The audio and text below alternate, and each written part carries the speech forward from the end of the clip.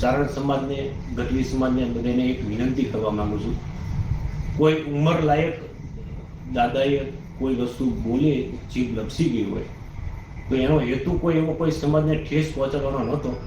એનો ખાસ હેતુ એવો હતો કે એક મહાશક્તિ, ચારણ સમાજ છે મહાશક્તિ છે, એના કોઈને સારા કરવાની આવું એક બોલેલા છે. કોઈ વ્યક્તિને કે મારા કોઈ ચારણ સમાજને કોઈ આવું દુઃખ લાગ્યું હોય તો હું એના વતી માફી માંગુ છું. જય હિન્દ, જય સોનબાઈ માં. હે બાપ ચારણો, આ વડવાળી બેઠી છે, કોઈ ભડકાવ ભાષણ નો દેશો, કોઈ અપમાન થયું બોલશો, કારણ કે આયર અને ચારણ બે મંડ છે, મંડ આદિ અનાદિથી છે.